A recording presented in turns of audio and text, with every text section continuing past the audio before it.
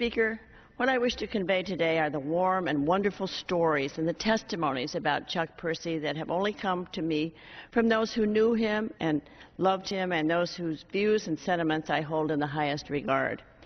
Their stories are not always well suited for publication or statements on the House or Senate floor, but they are funny, warm, endearing, and genuine. They reflect the incredible love of life, humanity, and humor that made working for or with Senator Percy so incomparable.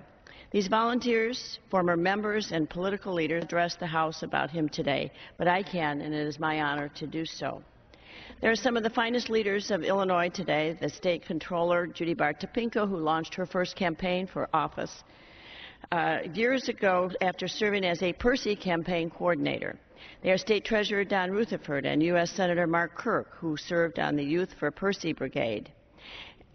They are former Congresswoman and U.S. Labor Secretary Lynn Martin, whose very first campaign as a volunteer was to help elect Chuck Percy. And you just heard from Representative Dave Dreyer on his reflections of his being with Chuck Percy.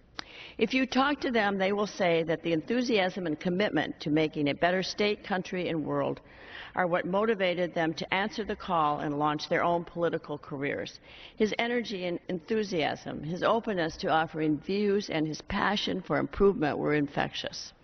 They will tell you of a dark moment of loss or sadness or disappointment in their lives when he was there for them with a loving phone call or note. He was, in a word, an inspiration to all of them. They are former Illinois governors, Jim Thompson and Jim Edgar, whose natural talents thrived under Chuck Percy's guidance and inspiration. He saw in them the makings of outstanding leaders, and they succeeded in their own right. He never looked over his shoulder, worrying about those who might challenge his own leadership. He embraced them, encouraged them, and made them to his success. Unlike others in politics today, his generosity to others was boundless and without the slightest hint of envy or competitiveness. With Chuck Percy, there was no zero sum. There was only pluses for everyone.